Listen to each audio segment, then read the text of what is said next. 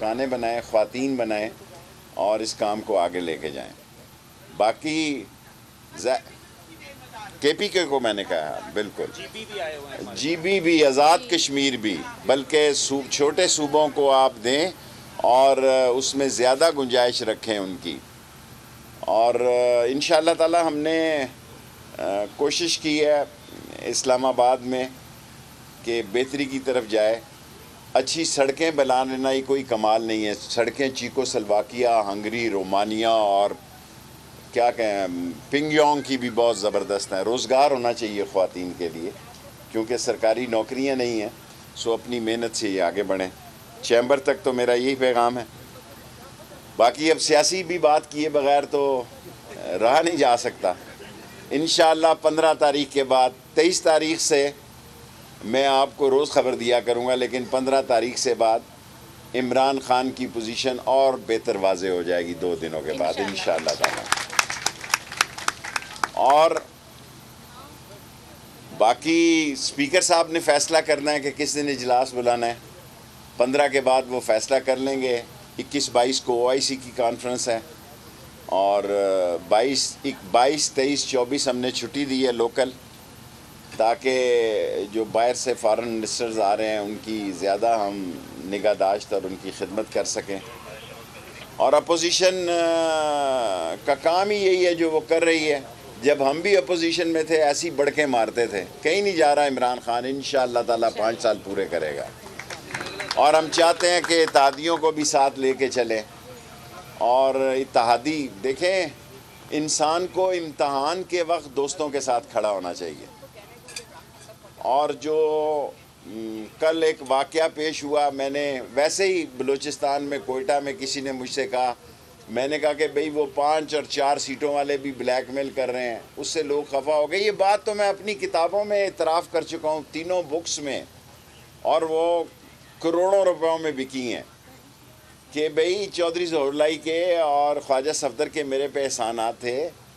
और जब हल के निशान में 1977 में मैं पाकिस्तान का सबसे पॉपुलर स्पीकर था, अब तो मैं कम होता जा रहा हूँ, तो वहाँ कड़ियाँ वाला कत्ल में जब मुझे बेगुनाह मुलव्वस किया गया, तो चोई शुजात की वालदा साल पूरे महमदीपुर, मदीनापुर, शादीवाल, कड़ियाँ वाला तो मुझे घर से खाना भेजती थी। इसमें क्या बड़ी बात है? बड़ी बात है, ये तो मैं खुद एतराफ़ कर चुका हूँ।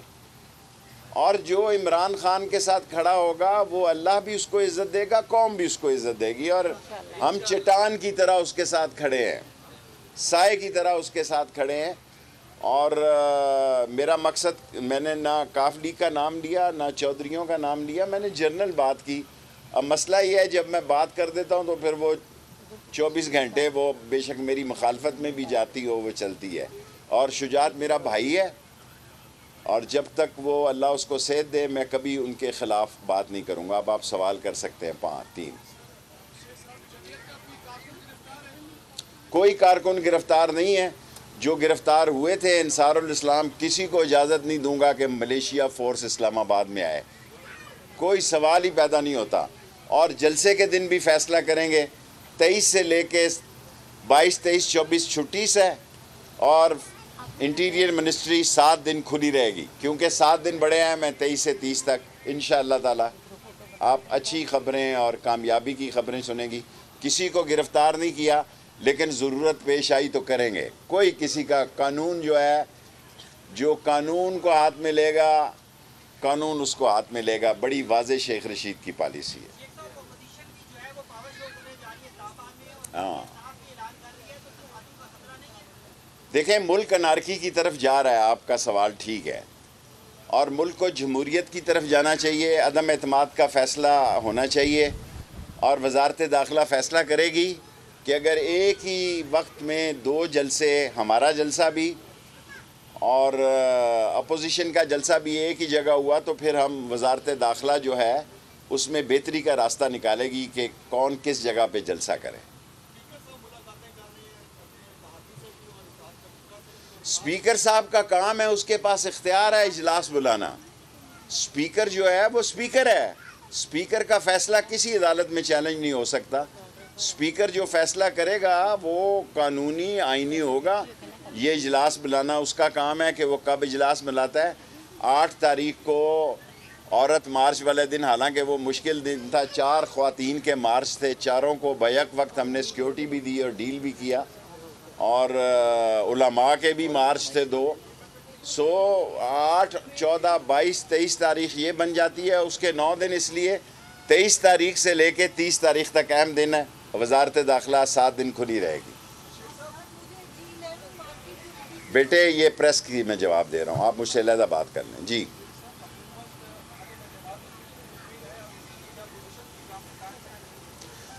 मैं इमरान खान के साथ खड़ा हूँ और इंशाअल्लाह ताला इमरान खान जीतेगा, लेकिन अनारकी है। जीतने के बाद भी लोग बातें करेंगे, जीतने से पहले भी लोग बातें कर रहे हैं, और आपस में इतना तनाव नहीं होना चाहिए।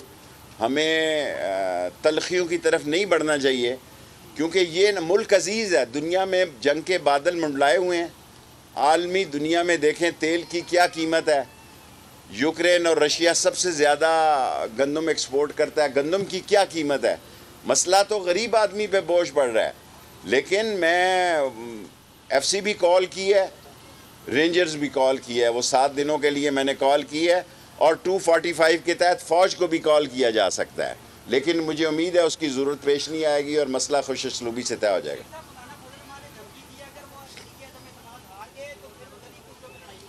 देखें, लड़ाई अपनों से क्या लड़ाई करेंगे। वो सारे मदरसे, अगर वो हार गए तो लड़ाई करेंगे, हारेंगे नहीं तो लड़ाई करेंगे। क्या बातें कर रहे हैं। मौलाना फजलुर रहमान, मैं उनका नाम एहतराम से ही लूँगा कि मैं एज़ ए वज़ीर दाखिला, ख़ास सलवी है, देवबंदी है, शिया है, सुन्नी है, वहाबी है, मैं सब उलमा का एहतराम करूँगा और मैं किसी को लड़ने की इजाज़त नहीं दूँगा। ये मैंने लिहाज किया है, उन लोगों को भी सस्पेंड किया है जो ये घुस गए थे। ये जो पार्लियामेंट लॉजेस हैं, कोई इनके लिए नहीं बने, ये पार्लियामेंट मेंबरों के लिए बने हैं। 365 फैमिलियाँ वहाँ रहती हैं, और दहशत गर्दी के अमन व अमान की ज़िम्मेदारी मेरे ज़िम्मे है। सो अगर ये अंसारुल इस्लाम या कोई भी बैतुल इस्लाम या कोई मलेशिया फ़ोर्स यहाँ आई, कुचल के रख दूँगा। वोट डालें आके, पूरी प्रोटेक्शन देंगे। Thank you very much. Subscribe करें और बेल दबाएं ताकि कोई खबर रह न जाए।